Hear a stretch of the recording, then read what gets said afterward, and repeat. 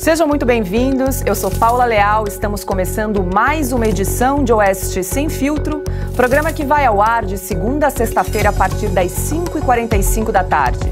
As principais notícias do dia são analisadas pelos nossos comentaristas. Aqui no estúdio, Augusto Nunes e Silvio Navarro, e Ana Paula Henkel de Los Angeles. Guilherme Fiuza continua de férias. Como os nossos programas não são mais transmitidos pelo YouTube, você pode acompanhar os nossos programas pela plataforma Rumble. Oeste Sem Filtro também é exibido na plataforma vimeo.com/Revista Oeste. Então, se houver algum problema com o Rumble, o programa segue normalmente nesse outro canal. Hoje é 23 de janeiro de 2023. Confira os destaques desta segunda-feira. Lula vai à Argentina em sua primeira viagem internacional oficial. Em encontro com Alberto Fernandes, em Buenos Aires, ele defendeu a criação de uma moeda única para os dois países. Crise de confiança. O presidente da República demitiu o comandante do Exército, general Júlio César de Arruda, menos de um mês depois de assumir o cargo. Jair Bolsonaro e ex-ministra Damares Alves contestam acusações envolvendo a etnia indígena Yanomami. Isso e muito mais agora nesta edição de Oeste Sem Filtro. A Agência Brasil, produtora estatal de notícias, já entrou na onda do governo Lula e adotou a linguagem neutra. Em uma publicação no último dia 21, a manchete é a seguinte, abre aspas, parlamentares eleitos reúnem-se pela primeira vez em Brasília, fecha aspas. A reportagem trata do encontro que reuniu deputados federais e estaduais eleitos ligados ao movimento LGBT. Em vários trechos do texto, a jornalista da Agência Brasil faz uso da linguagem neutra. Ao final da notícia, a repórter explica, abre aspas, a pedido das parlamentares eleitas, usou o dialeto não binário, fecha aspas. Para começar a nossa rodada de análise e comentários aqui no programa Oeste Sem Filtro, quero dar as boas-vindas, boa noite a Ana Paula Henkel. Ana, vale lembrar aqui a nossa audiência que o governo anterior tinha vetado o uso de linguagem neutra em projetos financiados pela Lei Rouanet. E agora a gente encontra, então, linguagem neutra usada em uma agência pública. Onde é que a gente vai parar com essa ditadura da linguagem? Bom, Paula, boa noite a todos. Brincadeira. Boa noite, meus queridos. Paula, nossa âncora do programa, mestre Augusto Nunes, estávamos morrendo de saudades. Craque Silvio Navarro, um beijo ao Fiuza, que segue de férias, e muito boa noite à nossa audiência maravilhosa. Boa semana a todos. Engraçado, né? Porque quando a Dilma era presidente, ela teimava que todos nós tínhamos que referir a presidente como presidenta. Era presidenta Dilma para lá, presidenta Dilma para cá, e agora volta. Agora é presidente, é presidenta, ou seja, essa gente está completamente perdida numa agenda ideológica que não faz o menor sentido para ninguém, mostra apenas um desrespeito com a nossa língua, que é muito rica, que é muito bonita, que é muito apreciada até aqui nos Estados Unidos. Todos sabem que é uma língua complicada no sentido dos verbos também, no uso da forma como nós colocamos e estruturamos as nossas frases, não é uma língua fácil como o inglês, e o desrespeito às nossas tradições, à nossa própria história, ou seja, o que a esquerda prega é exatamente isso, é desrespeito às boas tradições, a história, tentar apagar a história é uma coisa que eles fazem muito, eles adoram queimar livros, condenar livros, derrubar estátuas, tentar trocar de nome, ou pelo menos ignorar personagens históricos. Para vocês terem uma ideia, Paula, aqui no distrito, lá em cima de São Francisco, distrito da Nancy Pelosi, que é a líder democrata hoje na Câmara, líder da minoria, né, já que os republicanos tomaram a Câmara, eles pediram lá no distrito escolar para trocar o nome de uma escola que se chama Abraham Lincoln, porque Abraham Lincoln foi um presidente racista. Acreditem se quiser, o presidente americano que passou aí pela Guerra Civil, exatamente para libertar os escravos americanos, eles colocam como racista. Então, é isso que a esquerda global hoje prega e que o Brasil não está longe dela, desvirtuar as tradições, a história, né, todo o contexto de cada nação, e no Brasil isso não seria diferente. Boa noite, Silvio Navarro. Aqui no chat, o Alcief Neto diz o seguinte: além de acabar com o país, querem acabar com a nossa língua portuguesa. Linguagem neutra, então, numa agência estatal.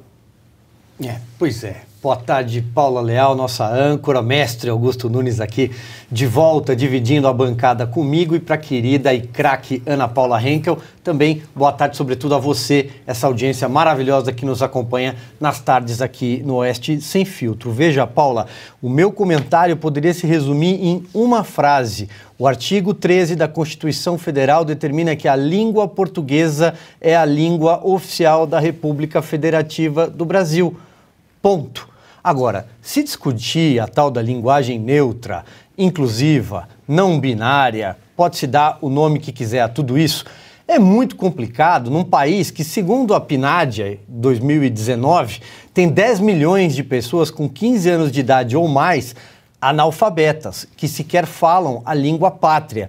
Então, eu acho que começa muito mal um governo que está preocupado com esse tipo de agenda ideológica em seus veículos de comunicação oficial, quando deveria estar preocupado desde o primeiro dia de governo com a educação, com o Enem, deveria estar preocupado também com a Secretaria de Alfabetização, que este governo começou eliminando. O Brasil não tem mais a Secretaria de Alfabetização, que foi tirada. Veio do governo Bolsonaro, o secretário era o Carlos Nadalim, e foi eliminada nesse governo. E eles estão preocupados com linguagem neutra. Eu estou preocupado com os analfabetos, que são 10 milhões, segundo a última PNAD. Eu acho que isso resume, Paula. Boa noite, Augusto Nunes, seja muito bem-vindo aqui aos estúdios do Oeste Sem Filtro. Você que eu sei que é um amante da língua portuguesa, como é que você se sente ao ler uma reportagem escrita por um jornalista, escrito parlamentares eleitos? Qual a sensação? Bom, em primeiro lugar, boa noite, Paula, estava com saudade da nossa âncora. É craque mesmo, né? O Silvio Navarro, meu irmão, tá, vou aderir. Aí a definição que é perfeita. Boa noite, minha querida parceira Ana. E boa noite a você que nos acompanha. Eu acho que isso é coisa de analfabeto, né? Combina com a presidência da República ocupada por um analfabeto funcional. O Lula tem a memória tão frágil como quando convém, que ele esqueceu que assinou o tratado, né? Que estabeleceu novas regras aí para gramaticais, para a língua portuguesa. Ele assinou com o então presidente de Portugal, isso está em vigor. E lá não se prevê esse todes, que aliás é a única palavra em que eles são fluentes. Reparou? Eles ainda não resolveram esse problema do presidente, né? A presidente que lutou tanto para ser presidenta, agora volta a ser presidente. Como é que fica jornalista? Jornalista e jornaliste. Eles só sabem falar todes. No convite para a festa de reinauguração do Museu da Língua Portuguesa, eles já usaram. No texto do convite está lá, todes. Eles adoram esse negócio aí. O Brasil tem mais de 10 milhões. Parece que 10 milhões de analfabetos irreversíveis. Acabaram os cursos de alfabetização de adultos, tal, não tem recuperação. São brasileiros com mais de 15 anos e não tem volta. Vão morrer analfabetos. Tem, somados os analfabetos funcionais, os que não sabem fazer conta além do 2 mais 2, ou talvez nem isso, os que não sabem conjugar sujeito e verbo nem a pau. Somando essa turma, que praticamente só assina o nome, você chega a um número pavoroso, né? 40 milhões. E essa turma que se queixa da discriminação, que é essa tudo LGBT, E, X, cada dia tem uma letra a mais, eles querem uma língua deles, né? é deles. Eles estão usando para identificar o gueto que eles pretendem exterminar, em tese. A esquerda antiga era imbecil também, mas era mais compreensível. Eles acreditavam no Stalin, achavam que era um homem bom, guia genial dos povos. Eles acreditavam que o muro de Berlim jamais cairia, né? Que a ditadura do proletariado era a antessala do paraíso, etc, etc. Agora, esta agora é muito ridícula. É muito ridícula. Um país que não sabe, não conhece a língua, e eles não conhecem. Nós sabemos disso até porque vivemos recrutando pessoas para o jornalismo, que é uma profissão que exige o quê? Saber escrever. É raro encontrar quem domine o português, e esses caras querem inventar uma outra língua, que eles que desconhecem a língua oficial de hoje. Por que eles não vão fazer alguma coisa mais útil? E aí o Lula vem e também admite que isso é o certo se ele não domina a língua do país que ele governa. O Lula primeiro deveria aprender a língua o português falado do Brasil antes de assinar qualquer tratado ou antes de pensar em qualquer todes da vida. Então vão todos estudar primeiro a nossa língua, que está precisando de mais carinho. Está usando isso aí o Pimenta, né? O Montanha. Esse é a EBC, no caso, né? Então, mas ele está tentando... Está todo mundo debaixo da área de comunicação. Fazer esse negócio todo. O Pimenta também, além da própria assinatura, né? E o codinome ele já esqueceu, Montanha. O Pimenta não sabe conjugar, não sabe juntar sujeito e predicado. Tá? Aliás, nem sabe o que é predicado. E está aí, né, introduzindo uma nova língua e novos conceitos. Ele agora oficializou a palavra golpe em vez do impeachment da Dilma, né? Então, eu estou comunicando ao Supremo que ele está chamando o Supremo de golpista, porque a sessão que aprovou o afastamento da Dilma foi presidida pelo ministro Ricardo Lewandowski, em parceria com o senador Renan Calheiros. Ele foi bastante gentil com a presidente afastada, porque fatiou o impeachment e permitiu que ela mantivesse os direitos políticos. Portanto, quem aplicou o golpe foi também o Supremo, já que, segundo o ex-presidente Luiz Fux, mexeu com um, mexeu com todos. Então está começando bem o Pimenta, né? Está justificando o codinome. Só fazer um adendo. Tem um outro ponto também, rapidinho, Silvio, que é eles que falam que protegem as minorias, né? Isso é uma ação extremamente segregacionista, eu diria, porque como você faz com as pessoas cegas, as pessoas deficientes, ou que têm alguma deficiência no aprendizado, isso tudo você segrega, você exclui essas pessoas de entender a nossa verdadeira língua portuguesa e confunde quem não precisa de confusão, e sim de um ensino básico e de um ensino eficiente e sério da nossa língua. Eu queria só fazer um adendo para quem quiser entender um pouco melhor desse tipo de polêmica e o estrago que isso provoca na educação de um país e num país. O exemplo da Argentina, aqui do lado, que aliás falaremos muito sobre a Argentina hoje, porque o presidente Lula está lá, é um grande exemplo. Isso tentaram impor esse tipo de linguagem neutra na Argentina. Teve um vídeo que circulou, um vídeo no TikTok, de que uma menina conversa com o pai durante um jantar em Puerto Madeiro e o pai dá uma bronca nela e fala: filha, você não pode falar pizza, milanese. E aí surge uma grande polêmica, porque a Buenos Aires se rebela contra isso, a secretaria, para dizer, e aí mérito à então secretária de Educação, que ela diz: eles não sabem falar espanhol, eles não sabem falar o castelhano, vocês querem impor uma nova língua a eles? Se eles tiverem que aprender uma outra língua, eles devem aprender inglês, só que eles ainda não dominam sequer a língua pátria.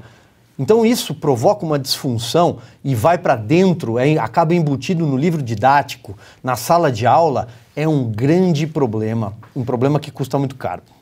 Porque todo mundo procura, né? Gente normal, em países normais, eles procuram facilitar a comunicação usando, por exemplo, uma língua universal, que já foi o francês, hoje é o inglês, e também tentando fazer com que um país dividido em dialetos fale uma língua só.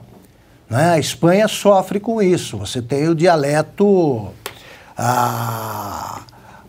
catalão, você tem outros dialetos e clássico, galego. O espanhol, né, é a maneira de fazer com que todos usem uma linguagem comum. Aqui estão tentando criar um dialeto, e você tem de olhar os dicionários, como a nossa Constituição. Eles não admitem o todes, não está dicionarizado.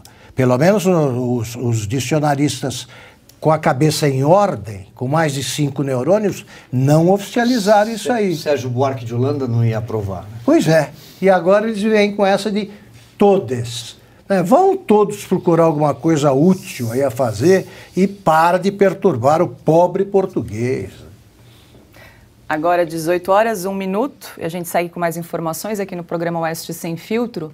O ministro-chefe da Secretaria de Comunicação Social da Presidência da República, Paulo Pimenta, instituiu um departamento de promoção da liberdade de expressão que será responsável por fiscalizar peças de desinformação e promover políticas de igualdade social.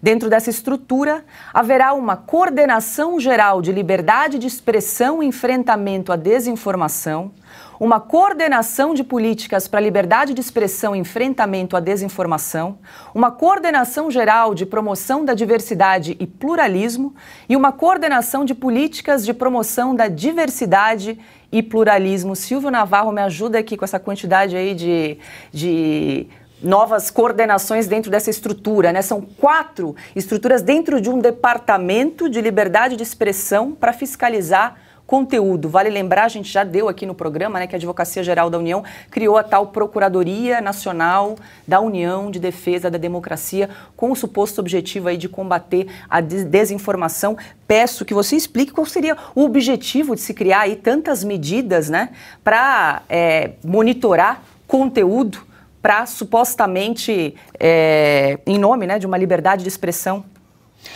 Paula, isso está cada vez mais parecido com o DIP, né, do Estado Novo, na era Vargas, por exemplo, que você tinha exatamente nesses moldes um departamento para cuidar do que pode ou não ser dito, da forma como pode ser dito e, sobretudo, um Ministério da Verdade. É disso que se trata, é isso que nós estamos vendo acontecer no Brasil em diferentes autarquias, em diferentes órgãos do governo, seja na AGU, o grande guarda-chuva da Advocacia Geral da União, do Jorge Messias, o Bessias, seja no Paulo Pimenta, que chefia a SECOM, com largas verbas de publicidade. Então aí também é que eu queria entrar nesse ponto, Paula, porque veja, quando a gente fala da SECOM, nós estamos falando de distribuição de dinheiro para veículos de comunicação, para agências de comunicação.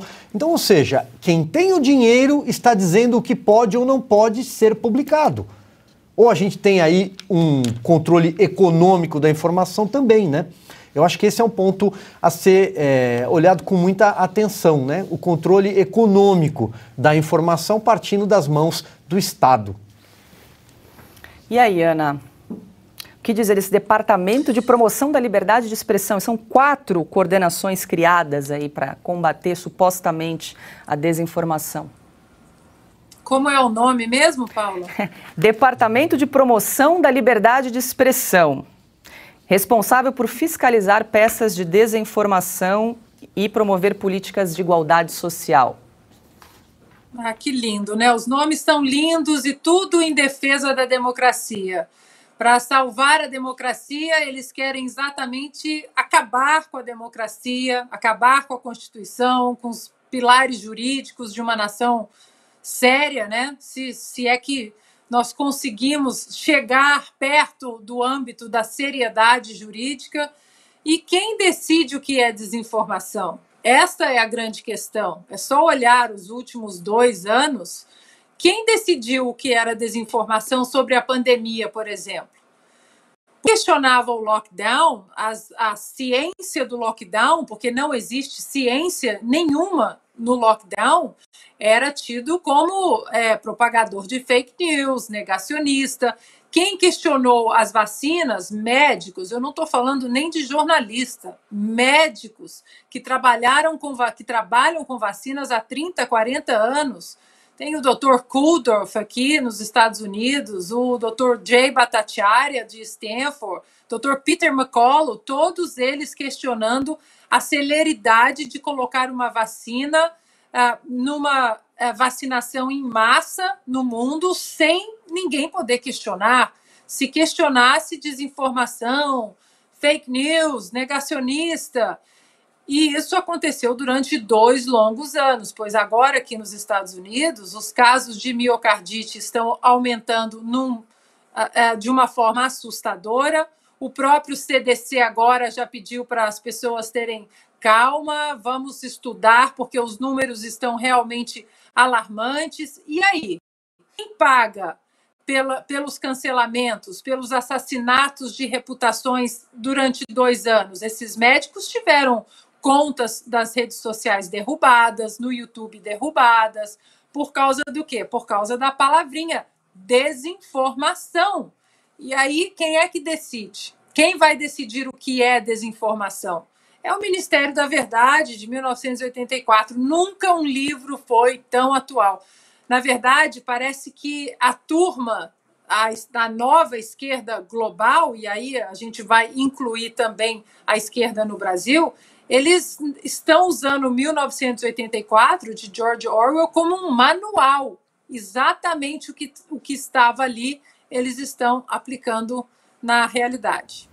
E aí, Augusto, você mencionou o nome do chefe da SECOM, Paulo Lá Pimenta, está aí agora, volta. Criou um órgão de fiscalização de conteúdo. Pois bem, eu acho que ele deve se matricular urgentemente num curso de português. Ele quem redigiu esse negócio aqui. A melhor maneira de enfrentar, eles precisam enfrentar a desinformação sobre regras de português, ainda vigentes. Vamos lá. Ele diz que haverá uma coordenação geral de liberdade de expressão e enfrentamento à desinformação, com crase. Olha aqui, o dicionário informa o seguinte, é enfrentamento de alguma coisa que existe, enfrentamento da desinformação, desinformação, não existe enfrentamento a. Quem escreve enfrentamento ao, enfrentamento a, é uma besta quadrada. Está aqui. É o caso do redator, está aqui entre aspas. Nós estamos apenas, a Paula está lendo o que eles escreveram. Então aí vem, uma coordenação de políticas para a liberdade de expressão e enfrentamento à desinformação de novo, uma coordenação geral de promoção da diversidade e pluralismo. Olha aqui, quando vem uma palavra, quando vem um termo feminino e um masculino, o masculino é que determina a regência. Ele vem na frente. Não pode ser... Você tem que escrever assim, ó. Para a liberdade de expressão, uma coordenação geral de promoção da diversidade e do pluralismo. Você não pode abranger o pluralismo com pela palavra feminina, diversidade. Isso é coisa de besta quadrada, repito.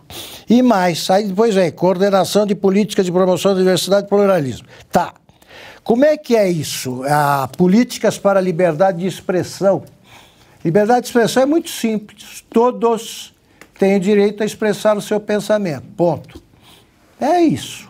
Se alguém ultrapassar qualquer fronteira que separa o que é possível dizer e do que se transforma em crime, ou pode ser transformado em crime contra a honra, abre-se um processo, uma ação, você entra com uma ação penal, processa o cara e tenta condená-lo. Só isso. O que significa, então, de políticas para a liberdade, para a promoção da liberdade de informação? É o seguinte, o que eles estão querendo é arrumar emprego. Vamos simplificar as coisas. Tá? Repito, o programa social mais bem sucedido da era PT é o programa Desemprego Zero para a Companheirada.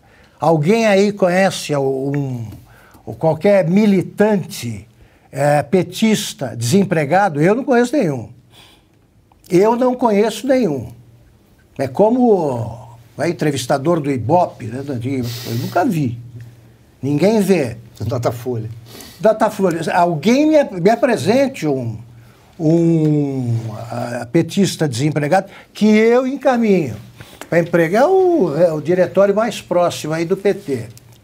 Então, para de cinismo, né, e para de lidar com o que não sabe, contrata um revisor, porque o Montanha, que é o codinome aí do Paulo Pimenta, já não vai mais conseguir ser alfabetizado, e torne as coisas menos ridículas e menos patéticas, né? Porque quem escreve uma coisa dessas não sabe com o que está lidando, né? Em que mundo vive. Só quer ganhar dinheiro no fim do mês e dar 20% para a caixinha do PT. O Augusto está comentando erros de português. A gente falou na notícia anterior, comentamos a respeito da linguagem neutra. Nós resgatamos aqui um vídeo do início do mês de alguns ministros que tomaram posse usando aí, fazendo uso da linguagem neutra. A gente resgatou aqui para a gente dar uma olhada. Boa tarde a todas, a todos e a todes. O Brasil voltou a respirar. Boa noite, gente. Boa noite a todos, todas e todes. Boa noite a todos, a todas, a todes. E agora, o momento que todos estávamos esperando. Neste momento, convidamos todas, todos e todes para, em posição de respeito, ouvir a execução do hino nacional brasileiro. Convidamos a todos, a todas e todes a se colocar em posição de respeito para a execução do hino nacional brasileiro. Isso aí, Augusto. Eu me confesso analfabeto, né, nessa linguagem. O todes não veio para substituir o todos e todas? Não. Não sei. Exato. Não era isso aí, Ana? É uma boa questão, é uma boa questão, exatamente. Pois é. O todes é para englobar tudo. Aí você tira o todos, tira o todas e o todes é todo mundo. É, porque senão fala todos. Que na verdade é o todos. Que é o Então todos. era todos os homens, todas as mulheres e todas quem?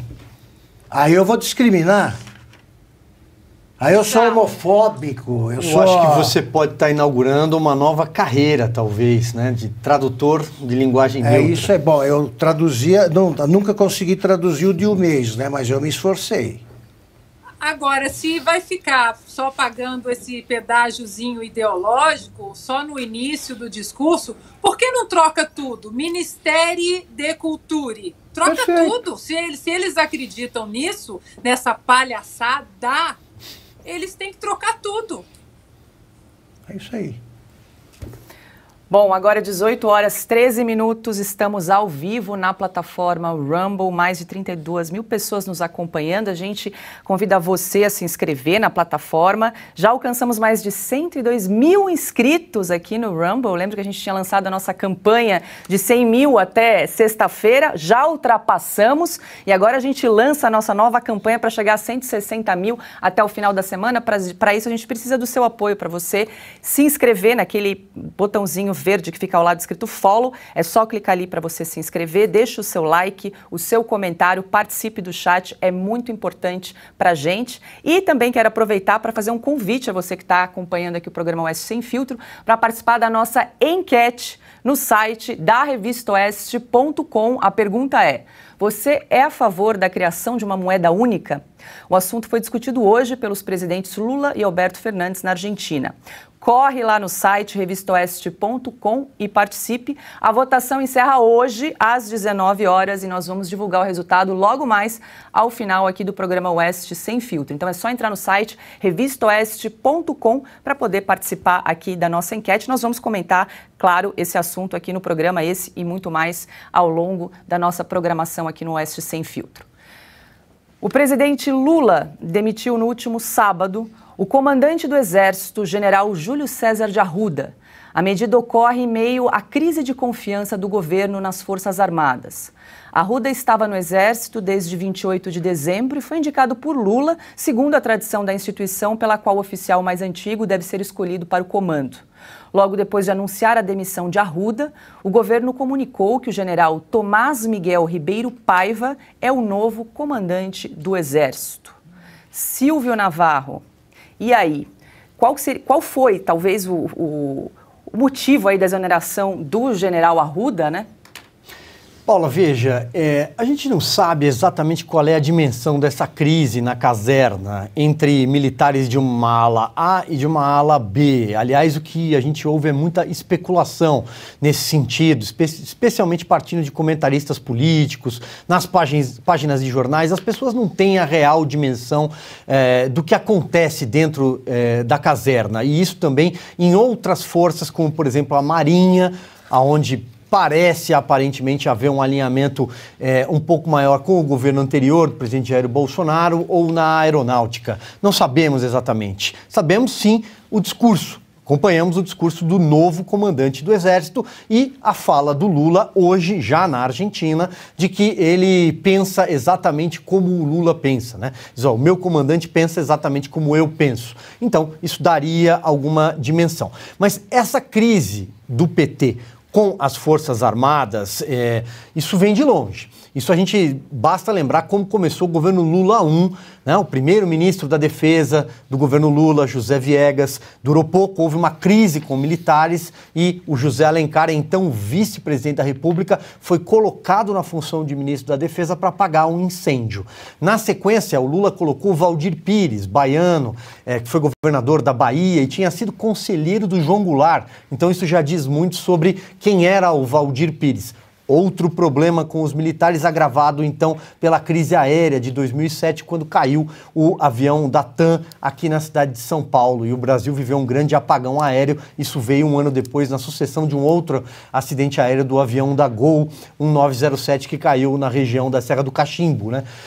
Bom, dito isso, o que aconteceu? De novo, José Alencar foi colocado ali para apagar essa crise com militares. Então, sempre existiu esse ruído. Isso vem, evidentemente, da transição do regime militar até 1985 e o governo Sarney. Mas eu queria resgatar aqui, Paula, olha só, uma frase recente do José Genuíno, todo mundo sabe quem foi o Genuíno, foi guerrilheiro, guerrilha do Araguaia, foi presidente do PT, só caiu da presidência do PT por causa do mensalão em 2005, e o Genuíno disse recentemente, uma das últimas entrevistas, parafraseando o companheiro José Dirceu, tá? Abre aspas, não podemos conciliar com o alto comando das Forças Armadas. E nessa mesma entrevista, disponível no site do PT e também copiada por outros blogs de esquerda, ele fala que não deve, ele prega que não há diálogo com as Forças Armadas e que o poder deve ser civil, os militares devem sempre estar abaixo do poder civil.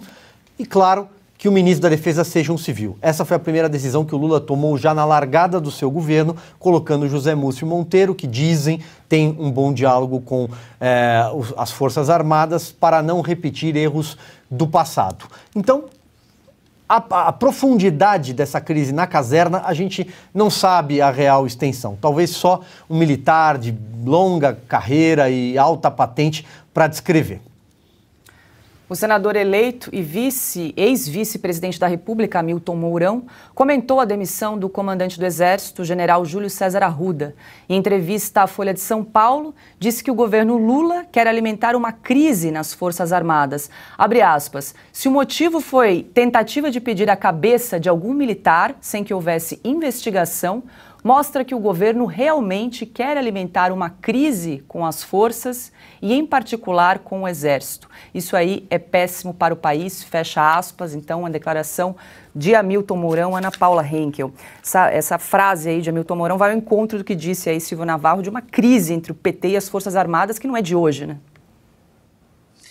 Não é de hoje. A gente tem que olhar para esse governo não apenas como o terceiro ou quarto tempo, né? Terceiro tempo, se você colocar Lula, Dilma e metade Dilma, terceiro tempo do PT.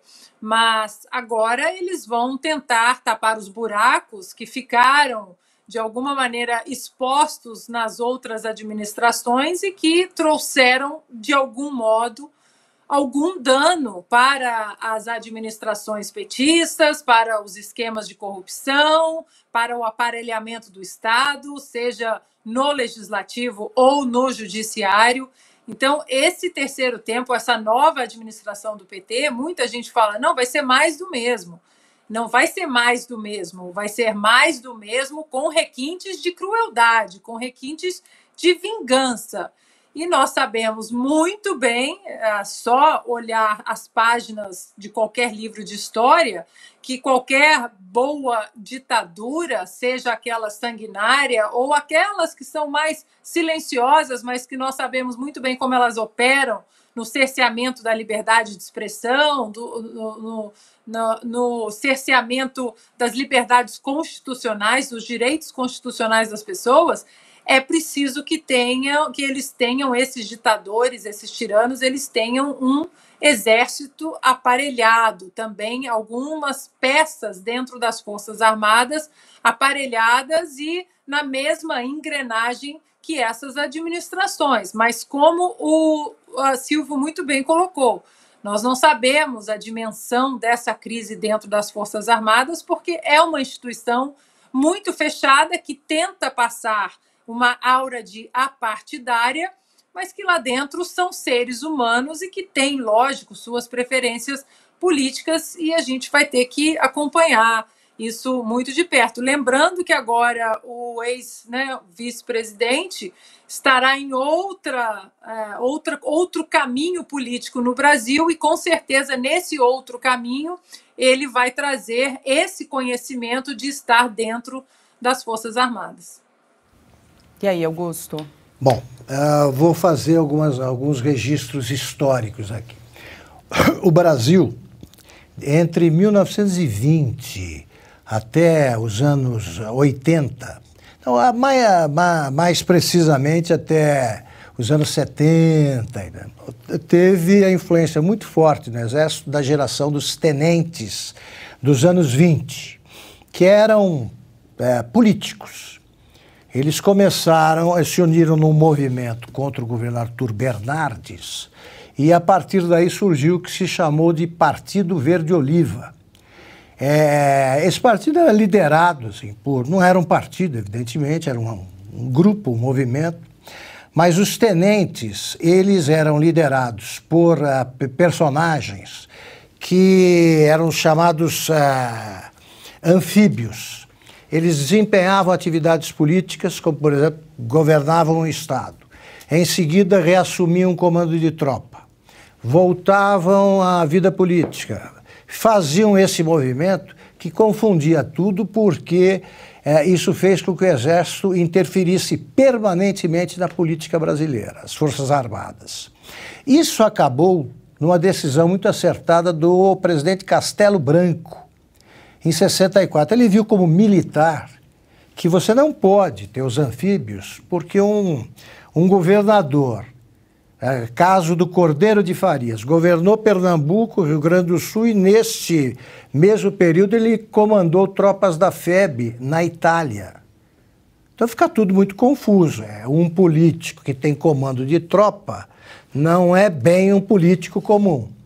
Isso fez com que o Exército fosse se tornando progressivamente profissional nos últimos anos, o que incomoda ao PT, como incomoda a todo partidário de ditadura que sabe que para você garantir o poder total, poder totalitário, você precisa acabar com a independência do Supremo e do Exército. O Zé Dirceu, sempre com a franqueza imbecil, né, que o caracteriza, confessou numa entrevista, logo depois de encerrada aí a primeira fase da era petista, ele disse que o erro do PT foi um dos grandes erros do PT foi não ter promovido oficiais simpáticos ao partido, que existem. Se isso começar a acontecer, nós estaremos assistindo a um dos passos mais evidentes dados por um partido que pretende assumir o poder sem nenhum tipo de oposição. É o que aconteceu na Venezuela. O Chávez comprou a alta oficialidade. Ele nomeava, dava um salário absurdamente alto para o general que ele tinha nomeado e entregava uma fatia do poder que garantiria riqueza aí pelo resto da vida. Então o exército ficou sob controle, hoje sob controle do Maduro. Se é isso que o Lula pensa, é hora de os generais e os oficiais reagirem a essa tentativa de politização do exército. Isso aí é um inferno. Como ficou provado, o fim dos anfíbios trouxe a pacificação dos quartéis. Eles estão chamando agora de intentona o que aconteceu no dia 8 de janeiro, né? Intentona, esse pessoal precisa ir mais ao dicionário, né? Intentona significa o quê? Uma série de levantes, sublevações em quartéis. Não houve nada disso dia 8. Não houve nenhum quartel sublevado e, sobretudo, não houve assassinatos de militares praticados por militares, como na intentona comunista de 1935, chefiada pelo Luiz Carlos Prestes. Então, intentona, eles já estão metendo o exército aí no meio. Não é intentona. O que aconteceu foi uma baderna condenável por todos os aspectos e que precisa ser apurada. Mas eles estão dizendo isso porque eles já estão querendo acusar de registrar um golpe que não houve e estão querendo dizer que oficiais bolsonaristas, que é a maior ofensa que eles podem assacar contra alguém, agiram e, portanto, oficiais lulistas precisam reagir. Isso é coisa de golpista. Quer complementar, Silvio? Trazer um adendo que uma reportagem no final de semana do Globo, Organizações Globo, informou que há sim um estudo dentro do Ministério da Defesa para a criação de uma Guarda Nacional, que não seria formada por integrantes do Exército. Seria uma guarda submetida à Presidência da República exclusivamente. Isso só pode ser promovido no Brasil por meio de uma PEC, uma proposta de emenda à Constituição, ou seja, tem que passar pelo Congresso Nacional. O caminho não é tão simples, mas o presidente Lula quer sim ter a sua própria Guarda Pretoriana. Isso está muito claro e foi noticiado pelo Grupo Globo no final de semana. Como na Venezuela, né? Existe algo parecido. Agora, 18 horas e 27 minutos. Quero convidar você mais uma vez a participar da nossa enquete no site revistaoeste.com. Você é favorável à adoção de uma moeda sul-americana comum? Corre lá no site para responder, é rapidinho. Essa enquete também está lá no Twitter da Revista Oeste para você também participar e a gente dá o resultado final logo mais no final aqui do programa Oeste Sem Filtro. Bom, e o governo Bolsonaro vem sendo culpado nos últimos dias pelo atual governo de abandonar a população indígena. O assunto veio à tona depois da divulgação de imagens de Yanomamis desnutridos em um território em Roraima. Jair Bolsonaro disse que é mais uma farsa da esquerda. O ex-presidente divulgou alguns dados, abre aspas. De 2019 a novembro de 2022, o Ministério da Saúde prestou mais de 53 milhões de atendimentos de atenção básica aos povos tradicionais, fecha aspas. Os dados são do Subsistema de Atenção à Saúde Indígena do SUS. A senadora eleita Damares Alves, do PL do Distrito Federal, ex-ministra da Mulher, Família e Direitos Humanos do governo Bolsonaro, também se pronunciou sobre a situação dos Yanomamis. Disse que, diante de tantas mentiras espalhadas nos últimos dias, precisava esclarecer algumas coisas. Informou que o Ministério esteve no território inúmeras vezes para levantar informações e que ofícios foram enviados aos órgãos responsáveis para solicitar atuação. Relatórios das equipes técnicas informaram as providências. Damares disse ainda que a desnutrição entre crianças indígenas é um dilema histórico e foi agravado pelo isolamento imposto pela pandemia. Ana Paula Henkel. A gente vai mostrar agora algumas capas de publicações jornalísticas e as datas mostram que os problemas enfrentados pelos Yanomamis acumulam pelo menos 3 décadas.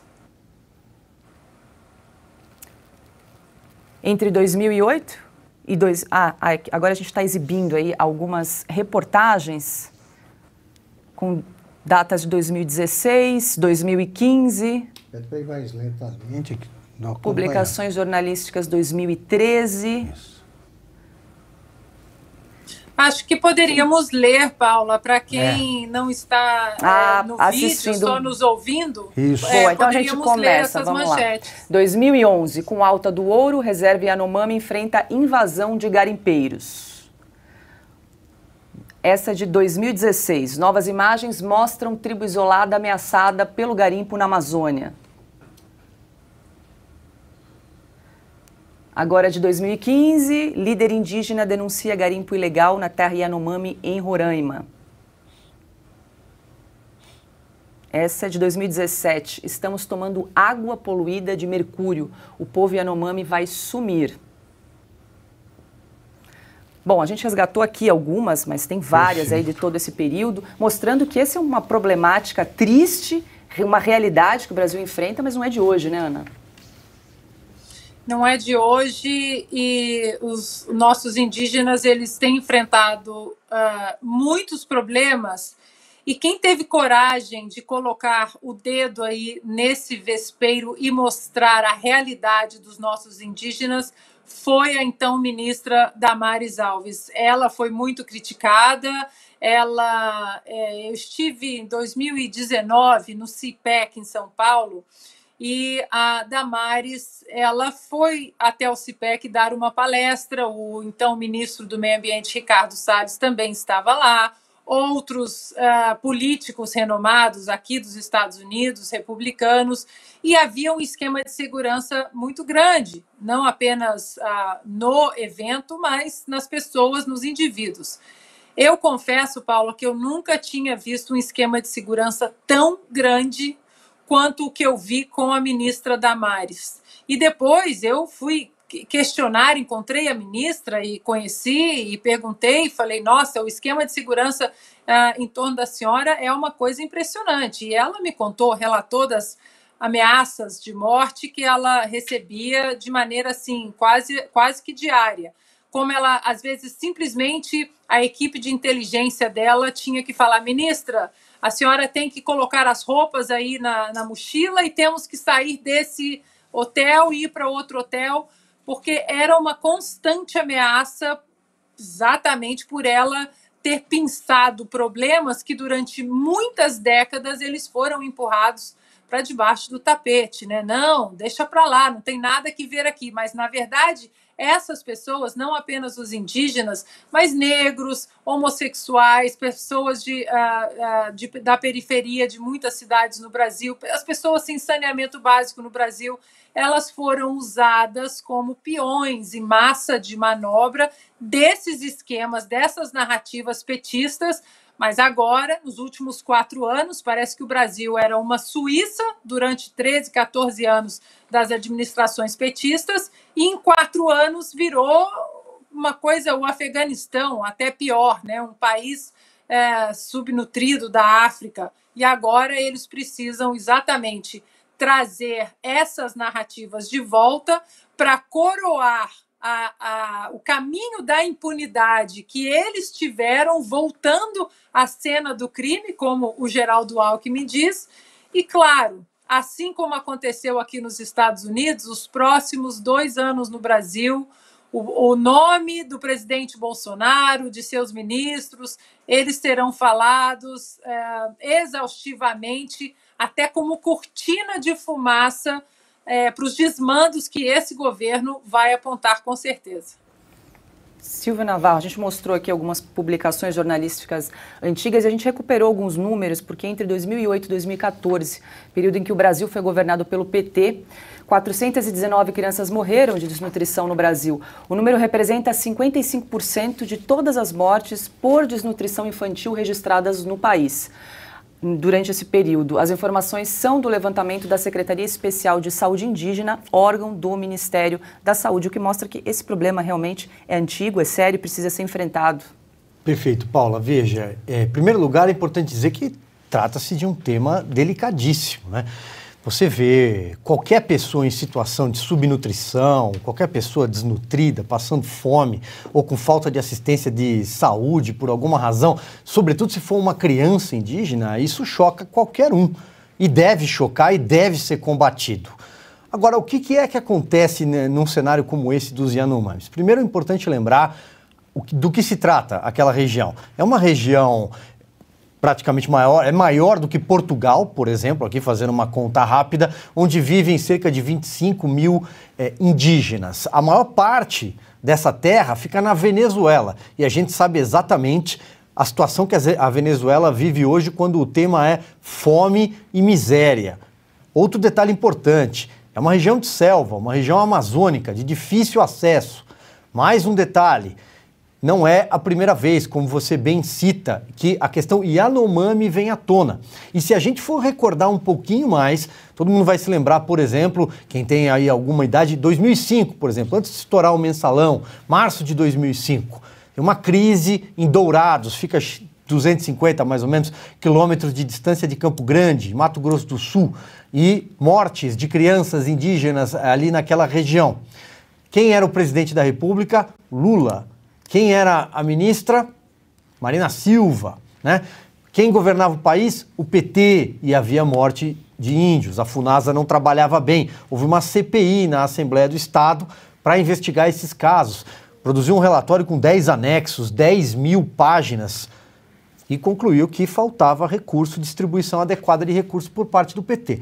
O que acontece, e aí a Ana usou muito bem a expressão cortina de fumaça, é que essas imagens rodam o mundo, rodam as páginas dos principais jornais internacionais, aqui no Brasil produzem o barulho que estão produzindo, está todo mundo acompanhando, emissoras de televisão, jornais, portais de notícia. Mais uma vez eu faço aqui um parêntese, não se trata de minimizar nenhuma criança subnutrida, nenhuma situação de risco, não, tem que ser atendida e com emergência, e já foi, porque os aviões da Força Aérea Brasileira já pousaram ali na região, levando medicamentos e alimentos. Mas essas imagens rodam o mundo e o Lula aparece ali com caciques, faz as imagens, as fotos, leva seus ministros, porque é a turma do bem que chegou lá para salvar um povo que o presidente anterior, genocida, tentou matar.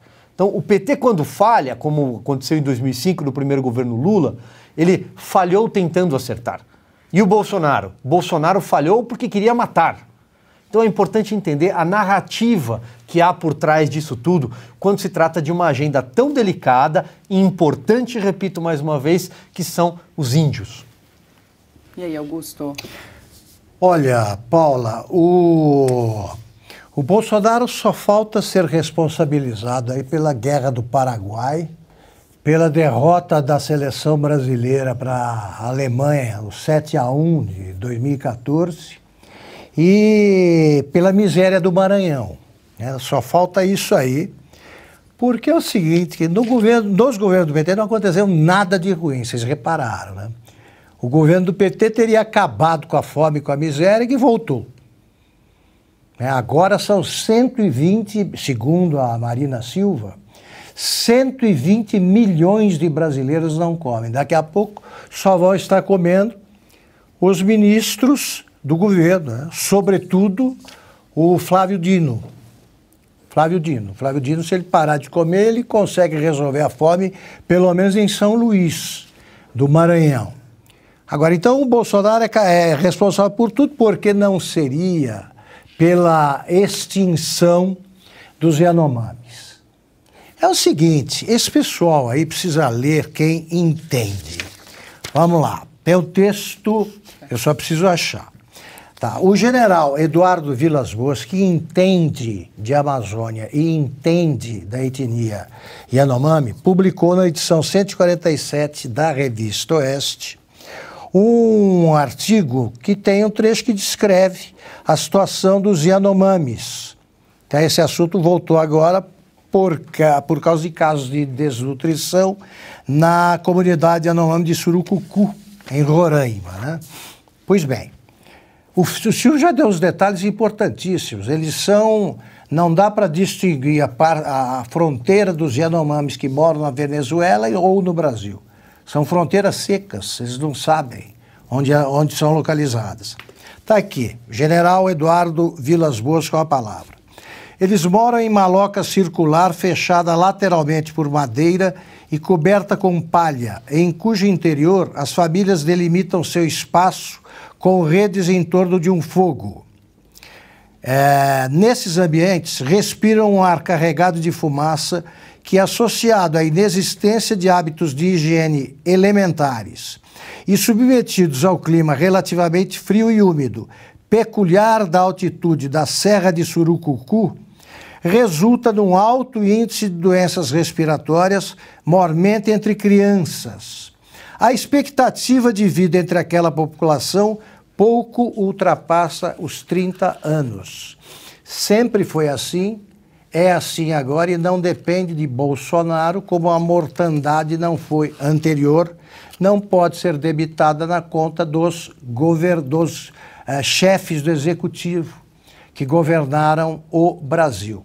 Então o PT precisa parar de ser muito sem vergonha e nessa tentativa de atribuir tudo aos inimigos, precisa encontrar algum tempo, né, no meio desse falatório, para se interessar por assuntos que são importantes. Tá? O trabalho feito, sobretudo pelas Forças Armadas, que em vários pontos do Brasil significam a única presença do Estado na região, o trabalho das Forças Armadas tem que ser conhecido e respeitado. Eu já me referi a essa viagem várias vezes, mas eu aprendi muito durante um tempo que eu estive em São Gabriel da Cachoeira, né, vendo o trabalho do Exército e era o Hamilton Mourão o comandante da unidade do Exército lá. Eles faziam tudo com aquelas tribos que vivem num estado de desnutrição até em consequência dos seus hábitos. O problema de desnutrição é gravíssimo. E, aliás, Silvio, eu vi um caso lá de uma criança que chegou subnutrida, eu nunca tinha visto de perto, é realmente impressionante. Veio acompanhada da avó, essa criança, a avó se recusava a usar o vaso sanitário, não usava. Então, eles tentaram tudo para ver, e veio com uma irmã um pouco mais, de uns 14 anos. Eles não usavam. A irmã da criança subnutrida, o major médico que dirige o hospital, o único hospital da região, falou, como é que é seu nome? E a menina respondia assim, Concepción, um sotaque bem espanhol, né? Então ela vivia na Venezuela sem saber que estava na Venezuela. Está num território ocupado pela tribo. Pois bem, o culpado é o Bolsonaro. É essa irresponsabilidade criminosa que está na origem dos erros que foram, são e serão cometidos pelo PT, pelos governos do PT, enquanto existirem. Um adendo aqui, Paula, porque o Augusto relembrando essas histórias, eu me lembro também de uma história ocorrida no Pará, né, em 2004, que foi o assassinato da missionária americana Dorothy Stang. Por que eu recorro a essa história? Eu fui ao Pará nessa época, Augusto, a cidade de Anapu, cobri esse caso, porque há 6 meses morreu na região da Amazônia, partiram de Atalaia do Norte, não é isso? O Dom Phillips e o Bruno Pereira, que era um jornalista e um indigenista, foram assassinados. E o Bolsonaro foi acusado ali na época de favorecer a grilagem, os criminosos em regiões ribeirinhas, em regiões amazônicas. E ninguém se lembra da Dorothy Stang, assassinada em 2004. A ministra do Meio Ambiente, quando ela foi assassinada na cidade de Anapu, brigando por demarcação de terras, um consórcio de fazendeiros da época, grileiros, clandestinos, contratou matadores para assassiná-la. Os nomes eram bem conhecidos, foram condenados o Vitalmiro Bida, o Regivaldo Galvão, conhecido como Taradão, o assassino, que era o Raifran, o Tato, o Fogoió. Pode procurar, o Google entrega todos esses nomes que eu estou falando. Foram contratados para assassiná-la e a ministra do Meio Ambiente era a Marina Silva, o presidente era o Lula.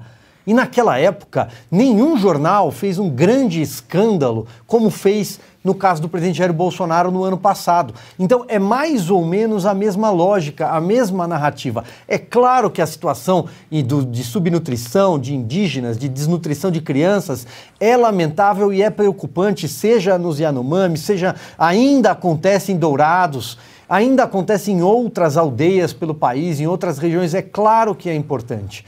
Mas é aquilo, é a narrativa. O Lula está sempre tentando acertar, ele é do bem, a Marina Silva, agora tem o Ministério dos Povos Indígenas, e o Bolsonaro queria matá-los. Essa é a narrativa que a esquerda tenta embutir na cabeça das pessoas e que a imprensa, majoritariamente, compra essa ideia e tenta fazer colar, não só aqui, não, mas fora das nossas fronteiras, principalmente. Posso trazer só mais um ponto, Paula, rapidamente? Diga lá, Ana. O Augusto e o Silvio deram agora um banho, né, de jornalismo. É claro, como o Silvio disse, que essa situação ela é grave, gravíssima, e jamais vamos diminuir a importância dessa situação.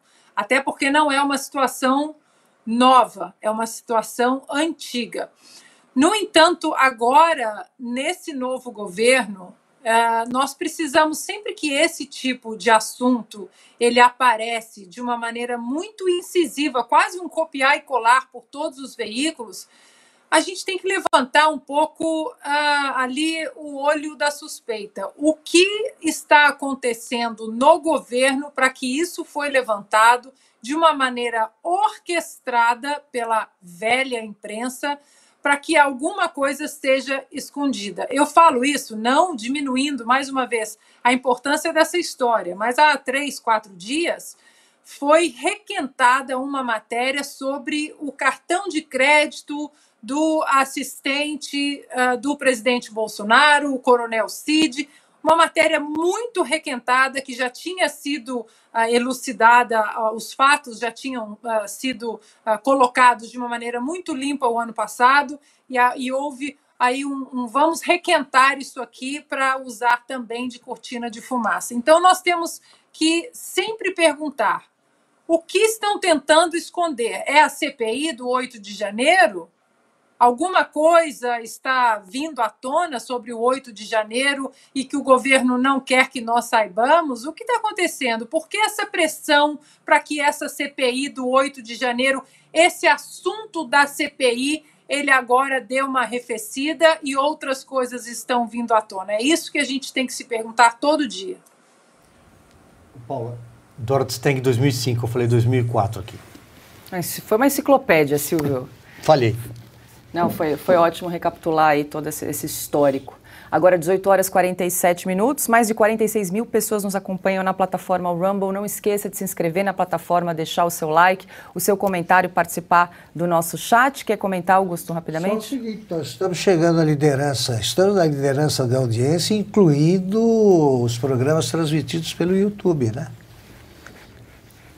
É isso aí, tem concorrentes no YouTube. Sim. A gente está chegando na nova plataforma, estamos na liderança. Exatamente. Para isso a gente precisa do seu apoio para divulgar também a plataforma Rumble. Então é só copiar o link para divulgar em redes sociais, nos grupos de WhatsApp, de Telegram, para que mais pessoas possam nos acompanhar por aqui. E rapidamente, não esqueça de responder a nossa enquete lá no site revistaoeste.com. A enquete também está fixada no nosso Twitter. A pergunta é: você é favorável à adoção de uma moeda sul-americana comum? E é sobre esse assunto que a gente vai comentar agora aqui no programa Oeste Sem Filtro, porque o Lula desembarcou ontem na Argentina. É a primeira viagem internacional oficial do petista.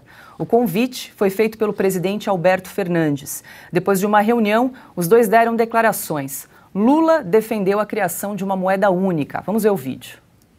Se dependesse de mim, le voy a decir qué pienso. Si a dependiera de gente mí, teria comércio exterior sempre nas moedas dos outros países, comercio exterior siempre con la moneda de los para otros que a gente países, não precise ficar dependendo do dólar. para que no estemos dependiendo del dólar.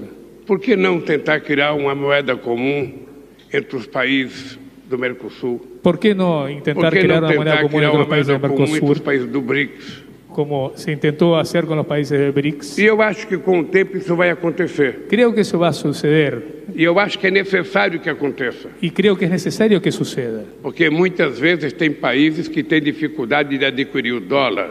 Porque há países que a vezes têm dificuldades em adquirir dólares. Você pode fazer acordos, estabelecer um tipo de moeda para o comércio que os bancos centrais, sabe, todo mês ou de quanto tempo quiser, façam um acerto de conta para que os dois países possam continuar fazendo negócio.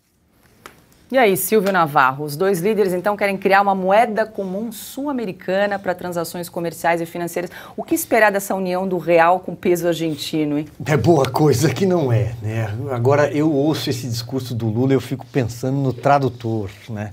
Nessa hora, acho que nem ele fala, puxa, será que eu devo continuar aqui fazendo o meu trabalho? Paulo, em primeiro lugar, é absolutamente inexequível. Isso é algo que tem que passar pelo Congresso Nacional, e numa metáfora simples, né? Você ter um país que está no jeito, né? Tá as coisas em proa de subida, porque o Paulo Guedes entregou o Brasil dando certo, o Brasil demonstrou resiliência à pandemia, nossa economia resistiu bem à crise no leste europeu, ainda há uma guerra em curso, o Brasil conseguiu ir na contramão do mundo. Aqui a inflação vai caindo, a nossa revisão do PIB ela é sempre para cima, o desemprego recuando, ao contrário da vizinhança. Então ali numa metáfora seria o equivalente a você chamar os seus vizinhos todos ali quebrados num quarteirão de comércio e falar, olha, vamos juntar todo mundo porque eu vou financiar vocês. E é disso que se trata. A moeda comum do Mercosul, ou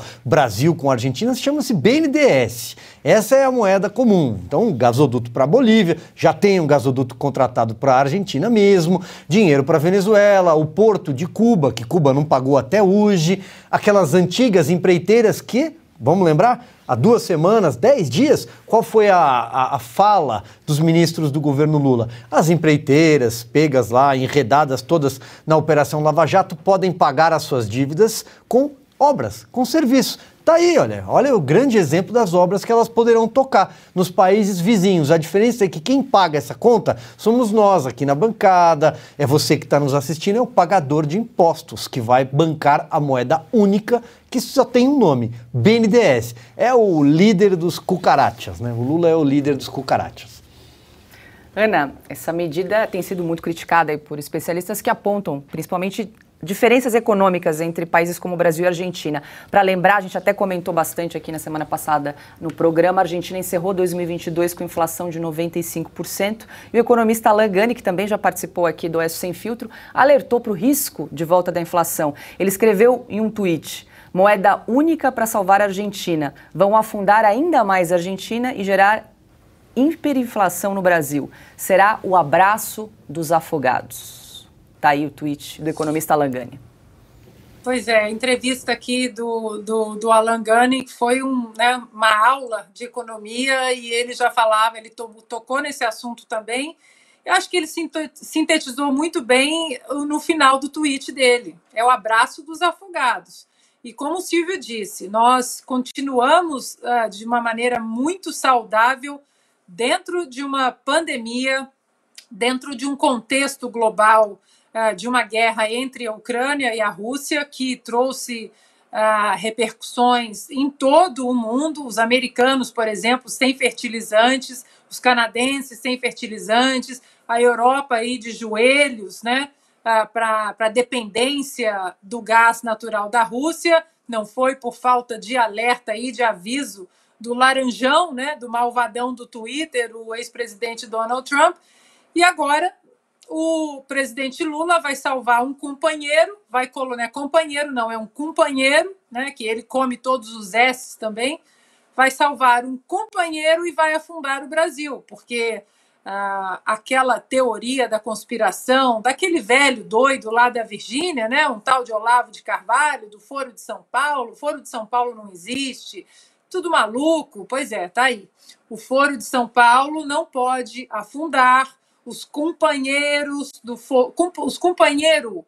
Foro de São Paulo não podem afundar, e claro que dentro do projeto de poder do petismo, do novo e revanchista e vingativo petismo no Brasil, é salvar essa turma aí que está se afogando nas próprias políticas socialistas que até hoje nenhuma página de nenhum livro da história conseguiu mostrar que deram certo em algum lugar. O Augusto, como bem mencionou o Silvio Navarro, que a moeda única na América do Sul é o BNDES, e o Lula justamente endossou a fala do Silvio. Mas Quer olha... ver? A gente tem um vídeo, só para a gente acompanhar aí, Augusto. E ele sabe perfeitamente bem, y sabe muy bien, do orgulho que eu tenho e que eu tinha el orgullo que tengo y tenía quando o Banco de Desenvolvimento Brasileiro cuando el BNDES tinha muito mais recurso para financiar do que o Banco Mundial. tenía muchos más recursos para hacer financiaciones que el Banco Mundial. Ele sabe do orgulho que eu tinha quando a gente poderia financiar uma obra num país da América do Sul. Sabe el orgullo que teníamos cuando pudimos financiar una obra en un país de Sudamérica o de Latinoamérica. Que os países maiores têm que fazer, porque isso devem hacer los países más grandes. Os países que têm menos condições em determinados momentos históricos. E aí, Augusto? Mas que maravilha, né? Eu fico imaginando o que se passa, se fosse visível isso aí numa tela, a gente mostrando como é que funciona a cabeça do Lula quando ele produz uma bobagem, ou bobagens em série como essas aí. Você imagina o tumulto cerebral, né? Neurônio trombando com neurônio, tem 4, 5, ainda bem. Porque é uma cabeça baldia, né? Tem tudo ali que entrou sem filtro nenhum. E está tudo lá acumulado, é bobagem com bobagem. E ele diz que ele se mostra um entendedor, especialista em economia. O cara que descobriu outro dia que não existe a palavra menos, quer criar uma moeda. Os europeus, eles demoraram, da União Europeia, eles demoraram décadas para tentar começar com uma moeda que pode ser única e ainda não é, que é o euro. Um trabalho feito com muito mais detalhes entre nações desenvolvidas e que nunca conseguiram a adesão da Inglaterra. A Inglaterra continua usando a libra esterlina, moeda deles. O Lula é assim, vamos lá, criamos aí, chama SUR, né? SUR, aí tirou o L, que é o símbolo dele aqui. SUR, e estava conversando sobre isso há pouco com o Jairo Leal e com o Zé Roberto Guzzo, e o nosso mais brilhante jornalista, o Guzzo, resumiu tudo. Disse, olha aqui, o que o Lula está propondo é o seguinte, você tem um cunhado, todo mundo tem uma coisa parecida na família. Você tem um cunhado que faliu várias vezes, não paga as contas, é falado no bairro, todo sujeito não tem emprego definido, está endividado e tal, e aí você que está em situação equilibrada, tem emprego regular, tá com a situação em ordem, tem tudo para progredir, e aí você abre uma conta bancária conjunta com o teu cunhado. É isso que o Lula está propondo. A Argentina está com uma inflação de 95%. O Brasil, pouco mais de 5%. Ele quer juntar essas duas coisas. Bom, aí a pergunta que se fez o Guzzo, vamos lá, pegar um país que quer agradar aos dois sócios, Cuba. Eles vão exportar charuto, eles vão receber em dólares ou em SUR? Que tal? Quem vai querer essa moeda? A Bolívia. Os contrabandistas bolivianos vão querer receber em SUR ou em dólar. Então, assim, precisa ser muito imbecil para achar que isso aí é viável, no mínimo. Agora, então, ele está querendo esconder alguma coisa. Agora, ele gostaria de ter o BNDES na mão para continuar ajudando o ditador africano e as ditaduras mais próximas e mais amigas aqui. Esse cara é responsável pela construção em Cuba do porto que o Brasil não tem. Santos precisa... Santos está muito longe do Porto de Mariel construído em Cuba. Ele premiou ditadores africanos com obras que faltam ao Brasil. Claro que isso não ficou de graça. É claro que isso aí ajudou o progresso do Instituto Lula, que hoje não consegue organizar uma festa do peão do boiadeiro, né? De jeito nenhum. De jeito nenhum. E que, no entanto, fazia esses negócios todos. Ele é o cara dos campeões nacionais. O BNDES nos deixou quem? os irmãos, né, Joesley, Wesley, Iesley, tudo quanto é Esley aí, termina com lei, né? Tudo fora da lei, premiados com uma delação, que é uma maravilha, que eles não pagaram, e o BNDES que o Lula sonha ter de volta é o BNDES que é o padroeiro dos ladrões do Brasil. E diz isso impunemente. E o tradutor não tentou esconder, né? Coitado do tradutor, tente falar uma coisa dessa, que eu achar que é ele. Coitado Ana, do tradutor. Quer complementar rapidinho? Eu quero complementar porque não custa trazermos, na segunda semana de dezembro, né, logo após ali as eleições, já falávamos da PEC do rombo, eu até mandei o vídeo para a nossa produção. A secretária de Energia da Argentina, Flávia Royon, não sei se vocês vão lembrar disso, ela na época, 15, 16 de dezembro, disse que tinha acertado um empréstimo de 690 milhões de dólares com o BNDES. E, na época, essa notícia ela foi negada com veemência, né, pela nova administração. Não tem nada disso. E agora, olha o que estamos vendo. Bom, de novo, não dá para acusar o Lula de estelionato eleitoral, porque tudo que ele diz que vai fazer, ele faz. Vamos ver se a gente tem um vídeo aí no ponto.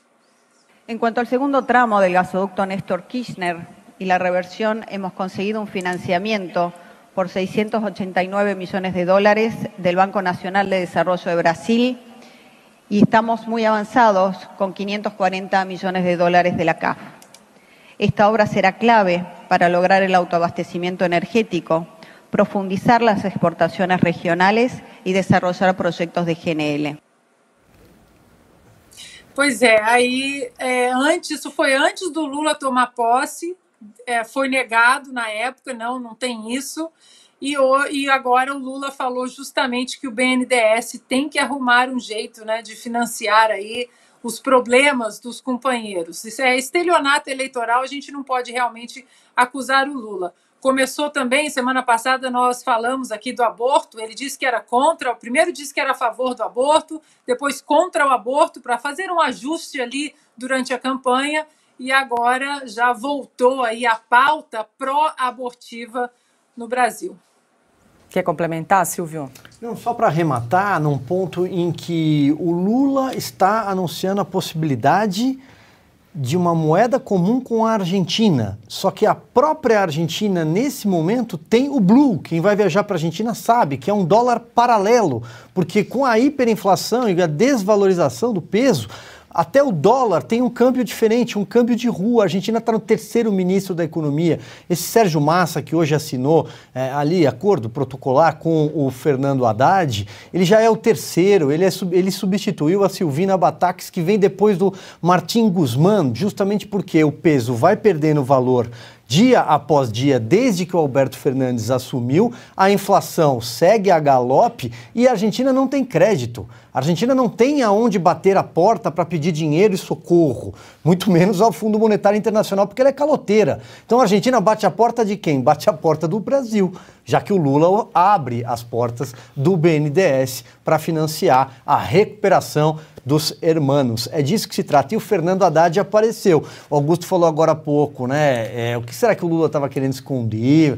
O que eles estão escondendo? Escondendo o Fernando Haddad, que até agora, 23 dias de governo, ninguém sabe qual é o plano econômico do Brasil.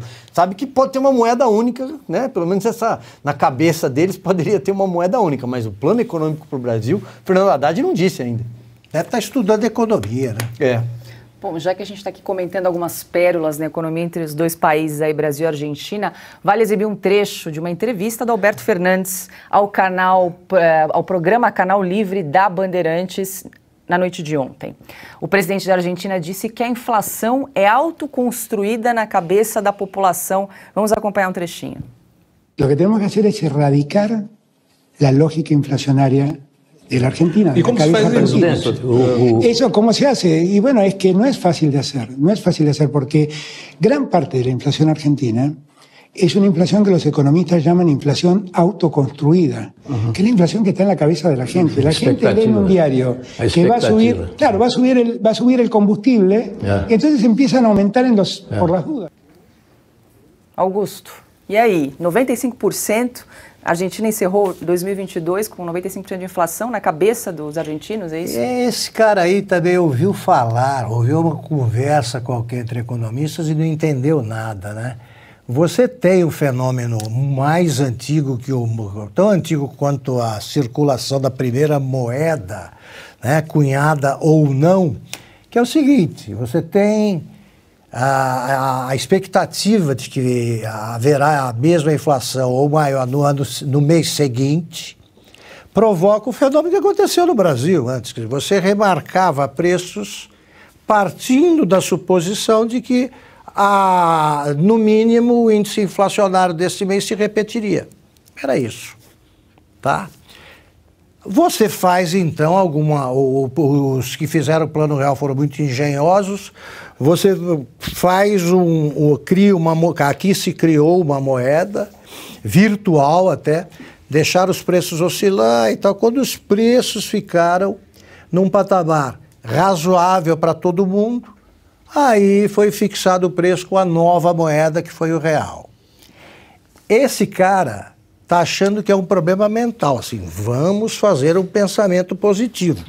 Né? Deve ter sido isso, ele deve ter atribuído a conquista da Copa do Mundo a isso aí, vamos ganhar a Copa. Vamos eleger um Papa argentino. Então todo mundo ali eleger o Papa argentino. Ele acha que é isso, a inflação vai acabar amanhã. Então é o seguinte: você ter um Fernandes não é brincadeira para nenhum país. Você ter um Lula também não é fácil. Você juntar os dois, os brasileiros e argentinos cometeram um pecado gravíssimo, tá? Porque nós temos o Papa argentino e mesmo assim isso acontece, ou o Papa está ocupado com outros países, ou o Argentina e o Brasil sozinhos, deliberando sobre isso, sobre inflação, e vem o cara falando em pensamento positivo. Eu não sei como os meus amigos ali da bancada não caíram numa gargalhada federal. Silvio, você que morou na Argentina, tenta traduzir o que ele quis dizer com inflação autoconstruída na cabeça. Ele não sai na rua, em Buenos Aires, por exemplo, para citar a capital, que dirá outras regiões do país dele, né? Especialmente regiões mais pobres. Ele não sai à rua. Há relatos, a gente tem amigos lá, mas há relatos nas próprias páginas dos jornais, especialmente o La Nación. Para quem tiver curiosidade, é só procurar, de que a Argentina vive uma crise econômica similar à pior da sua história, do Fernando de la Rúa. Fernando de la Rúa, que teve que deixar a Casa Rosada em dezembro de 2001 num helicóptero, depois de quebrar o país. Todo mundo se lembra do Corralito, por exemplo, que foi o confisco de poupanças. E naquela época, Paula, já que você citou a experiência pessoal de ter passado pela Argentina, você andava nas ruas da capital, do centro, ou não precisa nem em regiões mais turísticas, você via pais ali de família, bem vestidos, pedindo uma pasta de dente na rua, carregando algum pouco de alimento, constrangidos de estar passando por aquela situação, porque o país estava completamente quebrado. E agora o que a gente vê, segundo relatos, é que o país vive uma situação similar. 40% da população da Argentina hoje é dependente de cartões de benefícios do governo. E quanto mais filhos as famílias têm, maior é o valor. O que faz com que você tenha uma espécie de uma fábrica de pobres. As pessoas não vão, tem lugares onde as pessoas simplesmente abrem mão de trabalhar porque o cartão basta.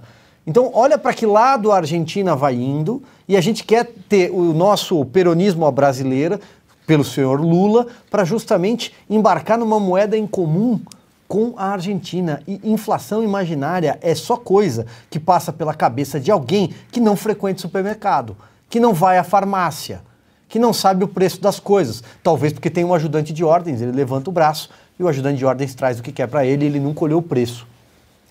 19h08, estamos ao vivo na plataforma Rumble, mais de 48 mil pessoas nos acompanhando ao vivo. Muito obrigada pela sua audiência. Não esqueça de deixar o seu like, o seu comentário, de se inscrever aqui no nosso canal para acompanhar o Oeste Sem Filtro, o Oestecast, Estúdio Oeste, As Liberais, toda a grade de programação aqui da Revista Oeste na plataforma Rumble. E agora é hora de entrevista no Oeste Sem Filtro.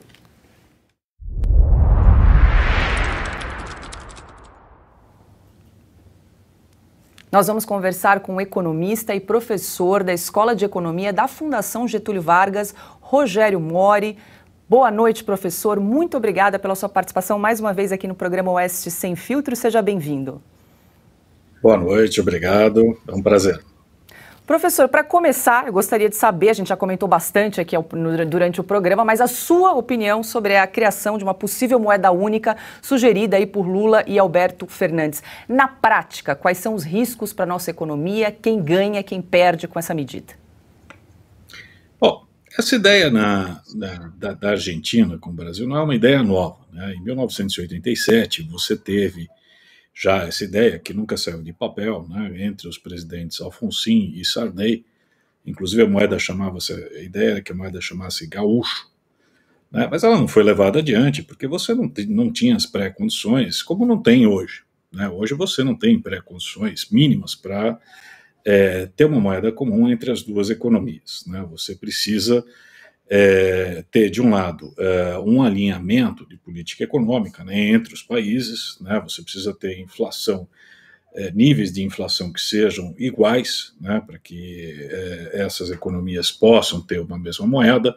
Você precisa ter regras fiscais que sejam comuns entre os países, né, para que um país não se endivide mais do que o outro e, de repente, esse país quebre e leve a um rompimento do sistema monetário, como quase aconteceu com o euro, quando a Grécia teve problemas ali em 2009, 2010. Então, você precisa ter todo um conjunto, né, de regras de livre trânsito de fatores, como mão de obra, capital.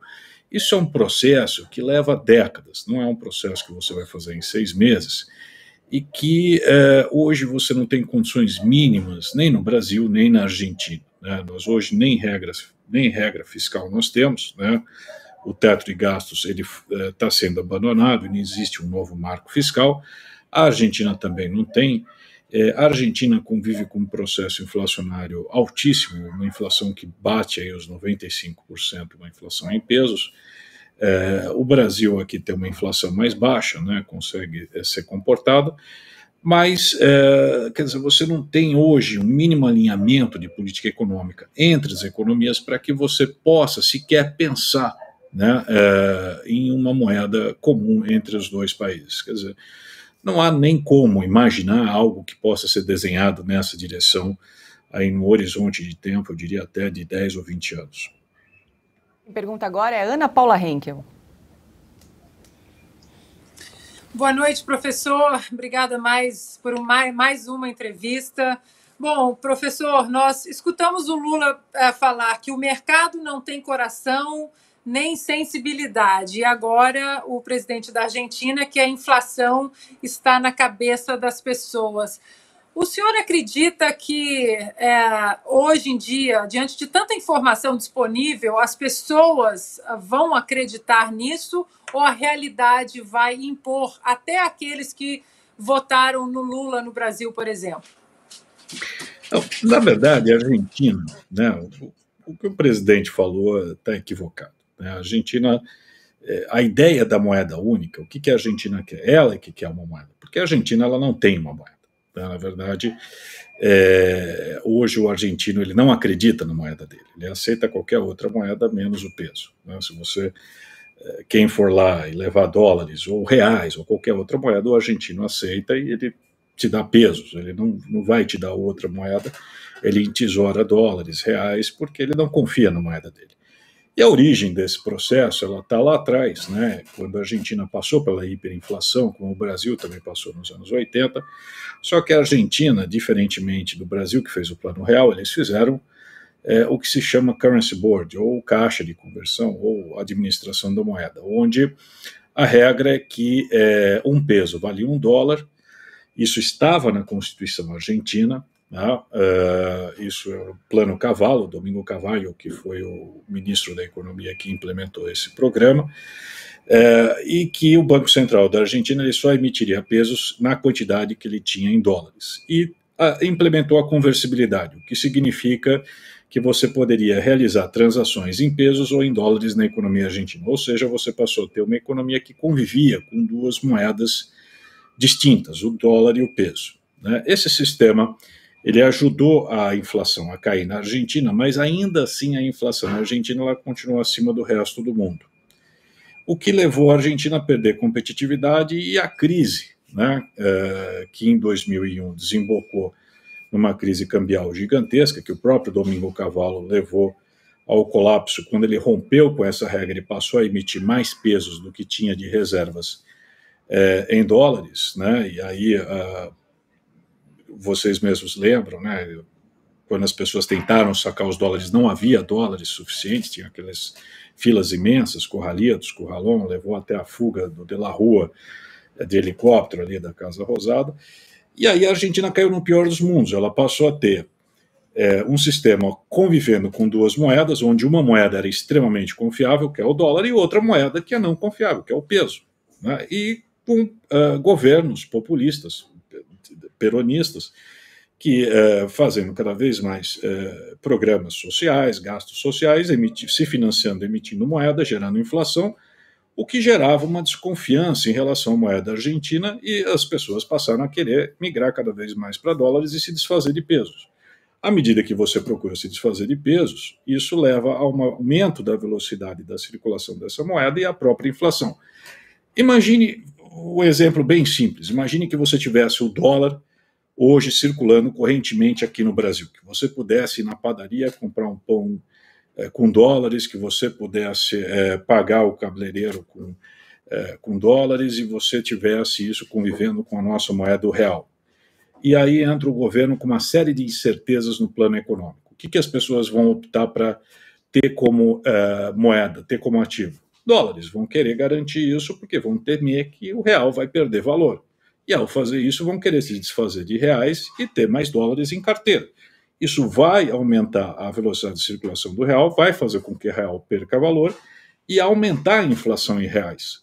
É isso que acontece na Argentina. Então, a ideia de que a inflação na Argentina é algo puramente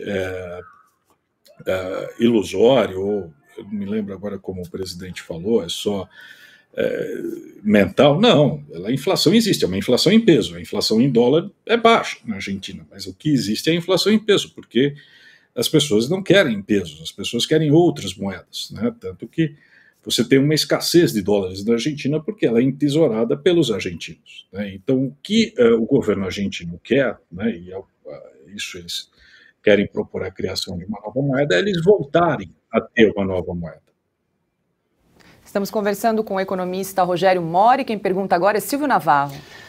Boa tarde, Rogério. Prazer conversar contigo mais uma vez. Eu acho que você tratou já da questão fiscal, né, das regras fiscais que inclusive estão sendo revistas já em pouco tempo de administração do PT.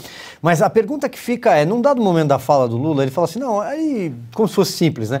O Banco Central lá conversa com o Banco Central aqui, eles sentam e resolvem a questão de juros, de tempos em tempos, me lembra aqui o Augusto Nunes, tudo muito simples, só que primeiro, o Banco Central no Brasil ainda é autônomo, né? Ainda é independente. E aí fica a pergunta, por que o Banco Central assumiria um risco desse? E mais, quem seria o tal fundo garantidor para uma situação de risco iminente, né? Na fusão de moedas ou criação de uma moeda única? Isso não existe, quer dizer, não é um processo assim, vamos sentar, como se você fosse tomar uma cerveja em um bar, vamos compensar de um para o outro, né? Vou pegar o exemplo de uma moeda que avançou e ainda assim tem seus problemas, que é o euro, né? O euro é um projeto que vem de décadas, né? E que precedeu, por exemplo, você tinha um sistema monetário europeu onde cada moeda flutuava muito pouco em relação à outra, como, por exemplo, a lira flutuava muito pouco em relação ao franco, que flutuava muito pouco em relação ao marco, né? E em dado momento a libra ela saiu, né, desse sistema, porque a Inglaterra sofreu um ataque especulativo em 92, né, pelo próprio Soros. A Inglaterra teve que flutuar a Libra e ela nunca mais voltou a esse sistema. A Inglaterra era para fazer parte do euro, mas ela optou por não voltar, né?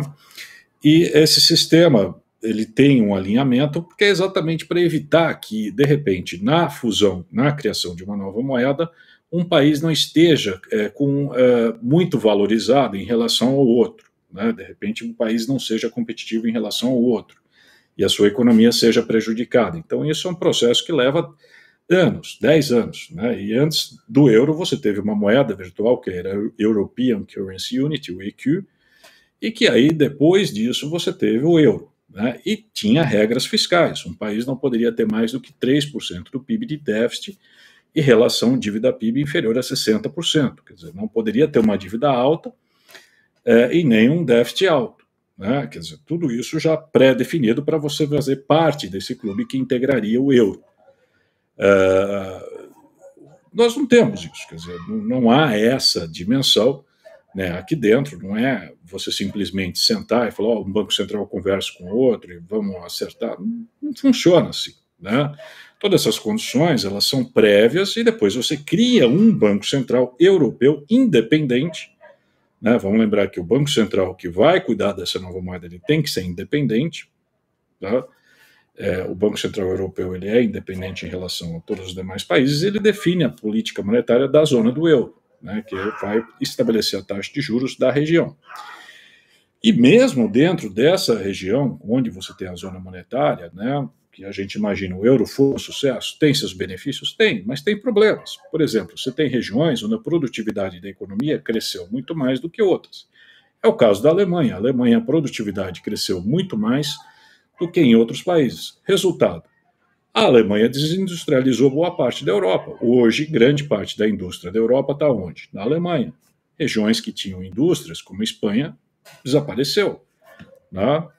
Acontece. Você teve países que não cumpriram inteiramente essas metas fiscais e se endividaram excessivamente, como foi a Grécia, como é a Itália. A Itália tem um problema de um endividamento relativamente alto e que, com o Banco Central Europeu hoje subindo os juros, tem um risco fiscal de não conseguir financiar a sua dívida, né? Então, mesmo nós estamos falando com todos os parâmetros, todos os cuidados que foram tomados ali na região da zona do euro, você ainda tem problemas. Quer dizer, não é uma coisa simplesmente de um voluntarismo, vamos criar uma moeda que da noite para o dia vai aparecer o SUR, né? Quer dizer, como eu falei, é algo que eu acho que, a meu ver, essa é uma estratégia, algo que interessa a Argentina, porque a Argentina ela tem um problema inflacionário, ela não tem uma moeda, ela tem uma moeda que não tem credibilidade junto à sua própria população, né? E que a Argentina passou muito próxima de uma dolarização antes do Plano Cavalo em 91.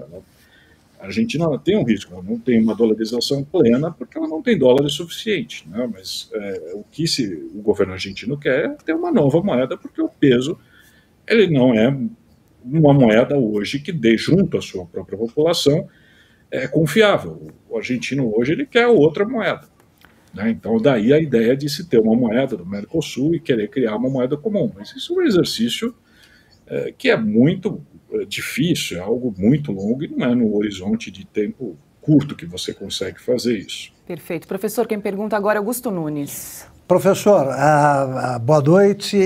Eu me recordo de que estou pensando agora o seguinte, o senhor teve tempo para explicar por que o senhor deu uma resposta para mim perfeita quando tratamos de passagem nesse tema na entrevista anterior, né? Nós perguntamos o que o senhor achava disso aí, o senhor respondeu com um sorriso e tratava que era mais ou menos uma piada isso aí. Professor, eu pergunto o seguinte... Eu achei que era dele, mas você vê que as coisas... Assim... Então, é um assunto que nós não devemos examinar como uma coisa séria, né? Resumindo, que não vai acontecer. Essa é a impressão que eu extraio dessa nossa conversa. Não vai acontecer. É isso? Eu acredito que não. Assim, nós estamos num governo que, assim, eu também não acreditava que ia acontecer muita coisa, que aconteceu, né? E que a gente está vendo aí na boca de acontecer. Eu espero que não vamos acontecer, né? Que não vai acontecer. Eu digo que para você ter uma moeda única que de fato funcione, é um processo longo, é um processo difícil. Agora, pode ser que eles, de repente, queiram montar algo que não vai funcionar, né? Sempre é possível. Não sei o que está se pensando dentro do governo com esse projeto. O que eu digo é que você ter uma moeda única não é um processo simples, não é simplesmente vamos criar uma moeda, vamos amanhã ter o SUR. Ele é um processo complexo, ele é um processo difícil, ele demanda você ter mobilidade de fatores, quer dizer, um argentino, se quiser trabalhar no Brasil, ele pode a qualquer momento, um brasileiro trabalhar na Argentina, idem, você precisa ter a harmonização de regras trabalhistas, você precisa ter o sistema financeiro também operando em regras relativamente similares, harmonização tributária, quer dizer, tem que ter todo um conjunto, por exemplo, na Europa você tem uma harmonização tributária em vários, você não pode ter essa maluquice de impostos, de estrutura tributária que você tem no Brasil e querer fazer com uma moeda única, que você vai ter problema de assimetria de competitividade, quer dizer, então, tudo isso para ter algo que funcione é algo bem complexo, né? Não é simplesmente uma questão de voluntarismo. Agora, nós estamos dentro de um governo que, de repente, os caras falam, vamos fazer e pode fazer, se vai dar certo, são outros 500, né? Mas é que é um processo muito complicado. Nós conversamos ao vivo com o economista Rogério Mori. Professor, muito obrigada pela sua participação mais uma vez aqui no Oeste Sem Filtro. Espero que numa próxima a gente possa tratar aí de questões mais concretas e práticas, né? Eu que agradeço. Obrigado. Agora 19h25. Quer comentar, Augusto? Não, Paulo, eu queria aproveitar para esclarecer, para deixar mais claro que uma expressão que eu usei um fenômeno a que eu aludi no comentário anterior. Quando eu falo da inflação, países que têm uma inflação crônica acabam vivendo o fenômeno da inflação inercial. Era essa a expressão que eu queria lembrar. Sim, como no mês passado, 2 meses antes, a inflação foi de 30%. No mês anterior, 30%. Neste mês, 30%, você tende a remarcar preços nessa mesma linha. Isso é uma coisa tão antiga que não precisava ser transformada aí numa questão mediúnica pelo nosso presidente Fernandes, né? Como se fosse um problema de energia positiva. Vamos convocar aí torcedores do Boca e do River a se unirem numa oração, né, feita especialmente pelo Papa para a Argentina para resolver o problema da inflação. É isso aí. Mas é porque ele, Augusto, ele anda com a turma que fala 12%. De 30%, 30% de 12%. Exatamente. É a turma do Fernandes. É a turma da meta. Chegou na meta, dobra a meta, né? Sem ter meta. Sem ter meta. Chega a meta, dobra a meta. Agora é 19h27 e agora a gente vai revelar então o resultado da nossa enquete do dia. Vamos lá. Você é favorável à adoção de uma moeda sul-americana comum? Sim, então 0,6%, não 99,4%. Estamos conversando com gente sensata. Nome já temos, né, Paula? Ah, já temos o nome, exatamente, bem lembrado, Ana. Vamos exibir aqui na tela um tweet. Tá pronto aqui, produção? Luiz. Pronto, tá aí, a sugestão de nome para moeda comum entre Brasil e Argentina. Pêsames. Pronto, essa questão já está resolvida. Agora só tem que conversar com o Banco Central, enfim, outros detalhes, né? Na mesa do bar ele resolve. Esse é o problema, como todo será resolvido no botequim. Você se lembra que ele resolveu uma guerra na Ucrânia? Claro. Bate-papo, algumas cervejas. Agora ele falou, não, a gente senta ali, o presidente do Banco Central de um, o presidente do Banco Central do outro, e rapidamente o professor Rogério Mori bem lembrou, o Brasil é um verdadeiro manicômio tributário, né? Tem 27 legislações ímpares totalmente diferentes em cada lugar. Como é que o Brasil vai querer ter qualquer tipo de paridade de leis com a Argentina, né? É uma loucura. É por isso que estão entusiasmados os empresários, né? Essa é a solução de todos os problemas do Brasil. É isso aí, Olha, então. a gente está brincando, mas o assunto é tão sério que o deputado Paulo Eduardo Martins, ele foi ao Twitter agora, tem 1 hora, e tuitou o seguinte: o arrombamento do BNDES para financiar os sócios do PT já está anunciado. Para evitar isso, no ano passado apresentei o PL 3019/22, que proíbe que o BNDES empreste dinheiro para o estrangeiro. É imprescindível que o Congresso apoie essa tese. Já vimos esse filme, o fim é ruim. Então aí agora, mais do que nunca, a gente precisa apoiar o projeto do deputado Paulo Eduardo Martins, que proíbe que o BNDES empreste dinheiro para o estrangeiro. Tem razão, o problema é sério, mas nós estamos tratando como piada o pêsames. E isso explica por que a indicação do Ministério, a construção do primeiro escalão do governo começou pelo BNDES. Começou por Aloysio Mercadante.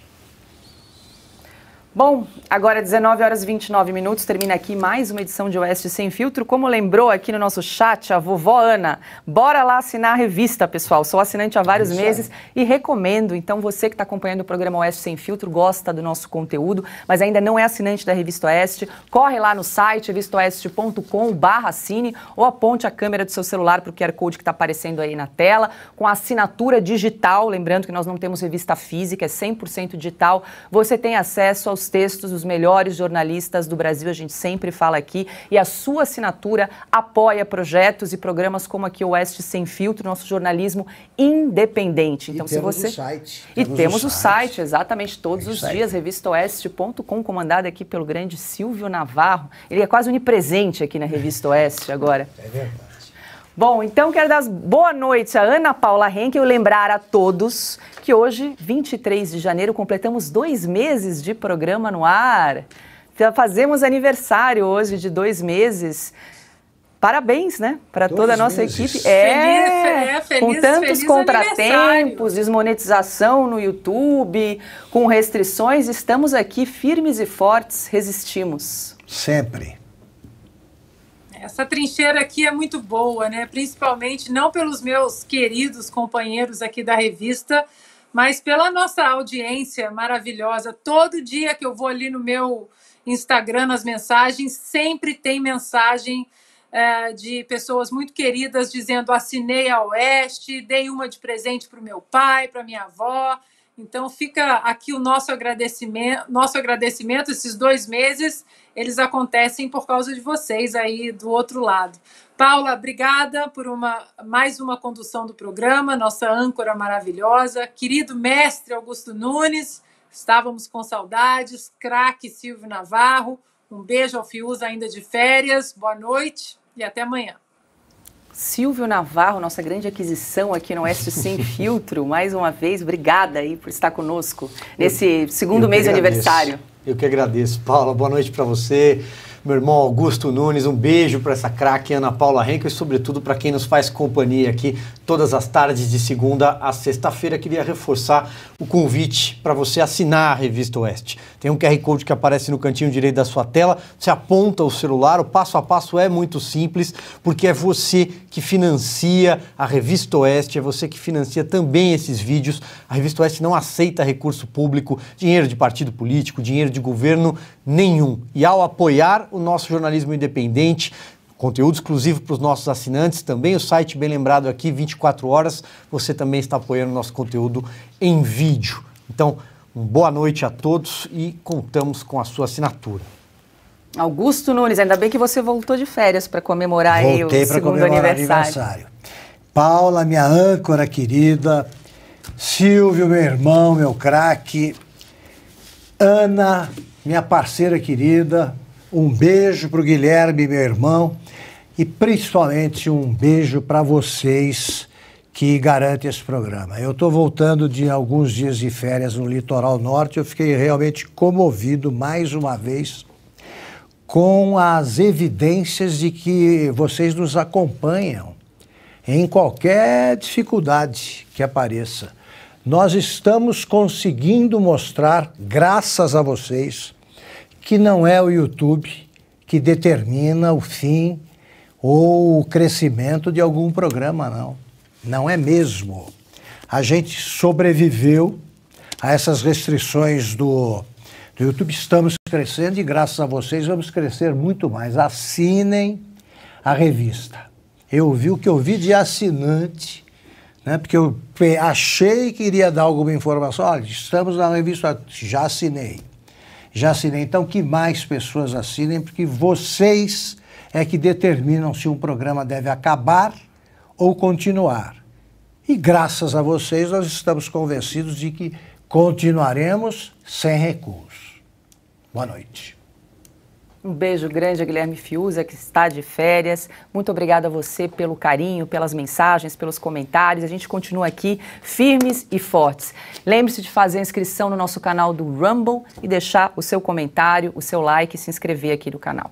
Uma boa noite e até amanhã.